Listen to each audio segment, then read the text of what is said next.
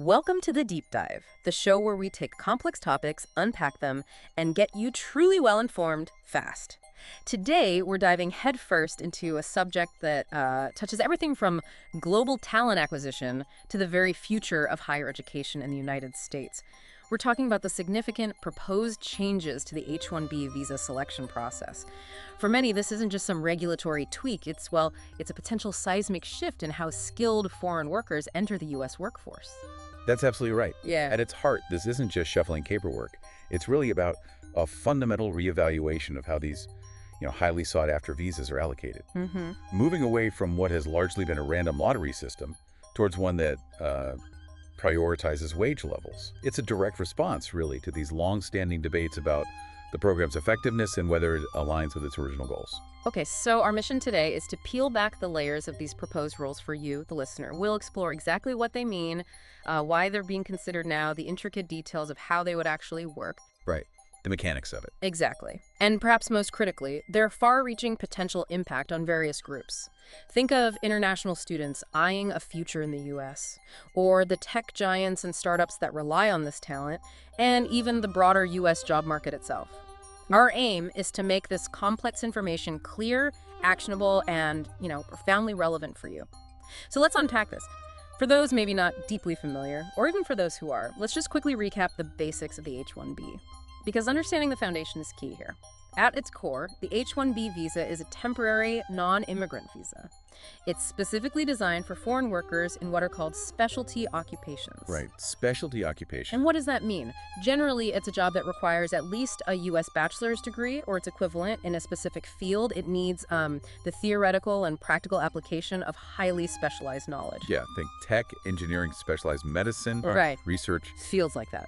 And critically, the program operates under strict numerical caps. These are set by Congress, not by the agencies. Currently, there's a regular cap of 65,000 visas allocated annually. Okay. On top of that, there's an additional 20,000 visas specifically reserved for individuals who have earned a U.S. master's degree or higher. That's often called the advanced degree exemption. Right, the master's cap. And the original congressional intent behind the H-1B program is pretty explicit. It was meant to help U.S. employers fill critical labor shortages, specifically in positions needing highly skilled or highly educated workers. The overarching goal, keeping the U.S. competitive, innovative, in the global economy, bringing in specialized talent that wasn't readily available here. And that intent, as clear as it sounds, seems to have run headlong into the reality of demand, wouldn't you say? Absolutely. For well over a decade now, the number of applications, the registrations for H-1B visas, has just dramatically outstripped that annual cap. Dramatically, yeah. Leading to this intense, high-stakes scramble for these very limited spots, year after year. It's created this perpetual state of uncertainty for both employers and the potential employees. It really has. And what's truly fascinating here, and often kind of overlooked, is how that overwhelming demand, coupled with the previous random lottery, actually ended up undermining the very intent it was designed to uphold. How so? Well, the lottery was, a practical, straightforward solution for handling hundreds of thousands of simultaneous submissions. Yeah. You had to do something. Sure, logistically. Logistically, yes. But it often led to outcomes that seemed to contradict the program's goal of prioritizing the highest skilled talent. For instance, if you look at the data from fiscal years 2018 and 2019, it revealed something pretty striking. Approximately 85% of all H-1B petitions selected were for positions at the two lowest wage levels, level I and level 2. 85%. Wow. So the lottery, while maybe fair in a purely random sense, actually created this unintended consequence. It didn't distinguish between, say, an entry-level role and a highly experienced one. Exactly. It just flattened the playing field, making it equally difficult for a recent grad position as for a super specialized senior role to get picked, as long as they both met that basic specialty occupation definition. Precisely. It essentially meant that a company trying to hire someone right out of college for maybe an entry-level coding job had the same statistical shot in the lottery as, say, a research lab trying to bring in a world-renowned scientist for a highly complex senior position. Which, as you pointed out, really seems to distort that original vision, doesn't it? It does. It kind of incentivizes volume over perhaps the intended value or skill level, in a way. Certain companies, particularly those maybe in high-volume IT services, Yeah. found it advantageous to just submit a large number of petitions for entry-level spots, knowing the random lottery gave every valid petition an equal chance. Right. Play the numbers game. Play the numbers game. And this created a perception, at least for some critics, that the H-1B was being used to fill roles that maybe could have gone to domestic workers, or that it was potentially driving down wages in certain sectors, even if that wasn't the intent of all employers using the program. So this discrepancy, this gap between the stated purpose and how it worked out under the lottery, became a huge point of contention. Okay, so given those challenges and all the debate around the old system, let's now turn to the core of this deep dive, Okay. the proposed new rule, the one that aims to sort of realign the H-1B with that original intent. And it's worth noting, like you said, this isn't a totally brand new idea, right? Something similar was looked at before. That's correct. A similar wage-based rule was considered even briefly put in place during the previous administration, but this is a, let's say, refined iteration with its own specific mechanics. So how would this new selection actually work? Okay, the proposed new mechanism is quite significant. U.S. Citizenship and Immigration Services, USCIS. The agency handling this would now rank and select registrations based on the highest occupational employment statistics, that's OES wage level, that the proffered wage, meaning the actual salary the employer plans to pay. Okay, the offered salary. Yes, the offered salary. Based on the highest OBS wage level, that salary equals or exceeds. So to be clear, the selection process would start with level 4, which is the highest wage bracket. Then it would proceed down. Level 3, level 2, and finally level 1. Can you break down those levels for us? What do they actually represent? Sure. The OES system categorizes wages into 4 main levels. They generally reflect different levels of experience and responsibility within a job type. Level 1 is considered entry-level, think foundational knowledge. The average salary nationally is around $83,000 roughly. Level 2 is for qualified positions. You've got some experience. Average there is about $108,000. Level 3 is experience roles, substantial expertise. That's around $127,000 on average. And finally, level 4 is fully competent. These are your senior or highly specialized roles, averaging about $151,000 nationally. Now, these are just averages. The actual ranges vary by occupation and location. Right, right. So just to make sure I'm getting this, if an employer offers, say, $115,000 for a job, and that salary falls within the official level 2 wage range for that specific occupation and location, their registration would be considered at level 2 for selection purposes. Even if $115 is maybe closer to the average for level 3, it's about hitting that level 2 minimum or being above it. Exactly right. It's about meeting or exceeding the threshold for that OES wage level. And here's a crucial point. If multiple registrations fall within the same wage level, let's say there are still more level 4 applications and available visas after selecting all of them. Which seems likely at the top level initially. Potentially, yes. Then selection within that specific level, say within level 4, would still be random. So the lottery element doesn't vanish completely, but it only kicks in after this wage-based sorting. Okay, got it. And the underlying rationale, the why behind this, it's pretty clear. It's designed to incentivize employers to either offer higher wages or to petition for jobs that genuinely require higher skills and experience. The idea is to align the selection process more closely with that original goal, attracting and keeping top-tier global talent while discouraging the perceived use of the program for lower-paid positions. So salary becomes a kind of proxy, a reasonable proxy, as they put it, for skill level. That seems to be the thinking. And the calculation might be that employers will offer higher pay, not just because the job demands it, but maybe strategically, just to boost their chances in the H-1B selection. It changes the whole dynamic. It absolutely could. It introduces a new strategic layer for employers. Now, if we connect this to the bigger picture, this proposed shift, assuming it goes through, would have really diverse and frankly significant impacts. Different groups see this very differently. There are potential winners and losers. Let's talk about those. Who stands to benefit? On the benefit side, many U.S. tech workers, or groups representing them, generally welcome this change. Okay. Their argument is often that it will prevent companies from, as they see it, hiring foreign workers for lower-skilled jobs at reduced wages, thereby protecting American jobs and wages in similar roles. They see it as restoring some integrity. Right. Then you have employers who are already offering high wages. Think big tech firms, specialized research institutions. They would likely see a significantly higher chance of getting their H-1B candidates selected. That's a clear plus for their talent strategy. Makes sense. Easier for them to compete. Exactly.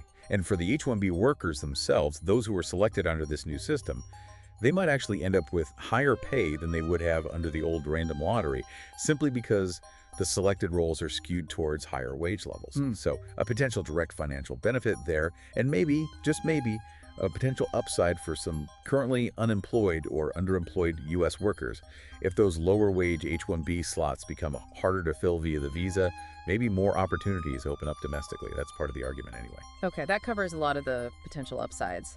But like any big policy change, there must be downsides, challenges, concerns. Oh, absolutely. And this is where some of the most intense debate is happening. For international graduates from U.S. universities, and really any entry-level job seekers needing an H-1B, this is widely seen as, well, pretty bad news. Why specifically? Because it would likely become considerably harder for them to secure an H-1B, especially for those first jobs right out of school, which typically come with lower starting salaries, often falling into that level 1 or level 2 category. Right, which were the majority under the old system. Exactly.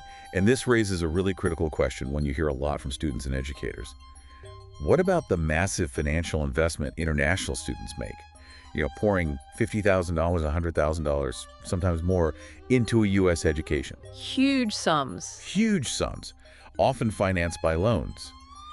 If their path to getting a job here to actually pay back those loans is severely restricted, well, that could have profound consequences, not just for them individually, but for the U.S.'s image as a top destination for global talent. That's a really powerful point. What other concerns are there? Well, it's not just the new grads. Interestingly, some more senior American employees have also voiced concerns. They worry about what they call increased competition from more high-paid mid-level H-1Bs. So the competition shifts higher up the ladder. That's the argument. If the program now mainly brings in experienced, highly paid workers, maybe those individuals compete more directly with experienced American workers, rather than filling entry-level gaps. It changes where the pressure points are in the labor market. Okay, and what about different types of companies? Startups. That's a big one. Many startups really rely on hiring bright, entry-level talent, often recent grads, at more affordable wages, to fuel their growth and innovation. Right, they don't always have the deep pockets of established firms. Precisely.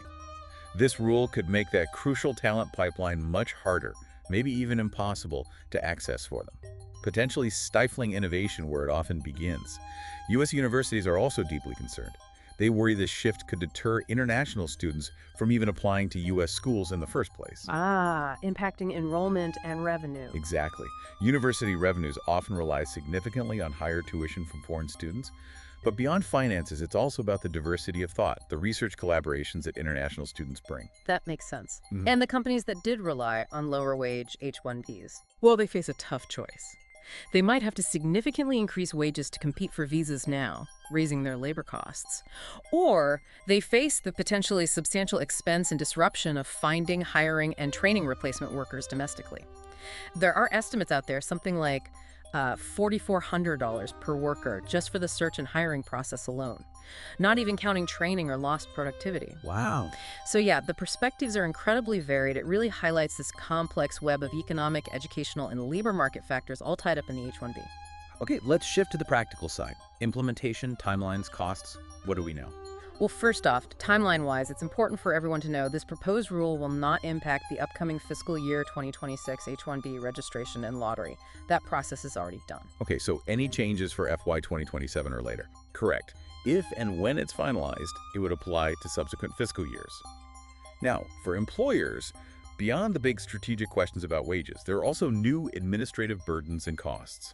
The government estimates, for example, an additional 20 minutes just to complete the online H-1B registration tool under the new system, and another 15 minutes per petition for the main form I-129H1. Doesn't sound like much individually, but across hundreds of thousands. Exactly. It adds up. The total estimated annual cost increase to the public, mostly employers, is pegged at around $15 to $16 million. Plus, there's a one-time familiarization cost, basically. Companies needing to learn the new rules, estimated at over $6 million. So it's not insignificant, especially the first year. And you mentioned earlier that the agency, DHS-USCIS, has some leeway here. Yes, it's worth highlighting that the Department of Homeland Security, DHS, which oversees USCIS, does have considerable discretion in how it manages visa selection. This comes partly from, well, ambiguities in the current immigration laws about how exactly to handle the situation where vastly more petitions arise simultaneously than there are visas available. It's not like a simple queue. Not when 400,000 registrations might land on the same day for only 85,000 slots. So they have to devise a method, and they did consider alternatives before proposing this specific wage level system. Oh, like what? For instance, one idea was ranking based on the actual OES wage level itself, not just the highest level the offered wage meant. That would have created more distinct tiers within the ranking. More granular. More granular, yes. Yeah. Another option they seriously looked at was a weighted lottery system. In that scenario, higher wage levels would simply get a better chance in the lottery. Like maybe a level 4 application gets 4 entries, level 3 gets 3, level 2 gets 2, level I gets 1. Still random, but heavily skewed towards higher wages. So still a lottery, but weighted. Right. The fact that they ultimately proposed this system where selection happens strictly by wage level first, and randomness only applies within a level if needed, suggests a very strong policy push. They seem determined to directly drive up the overall wage and perceived skill level of selected H-1B workers, really tackling those concerns about wage depression head-on. It's a clearer, more direct mechanism than waiting, perhaps. Arguably, yes.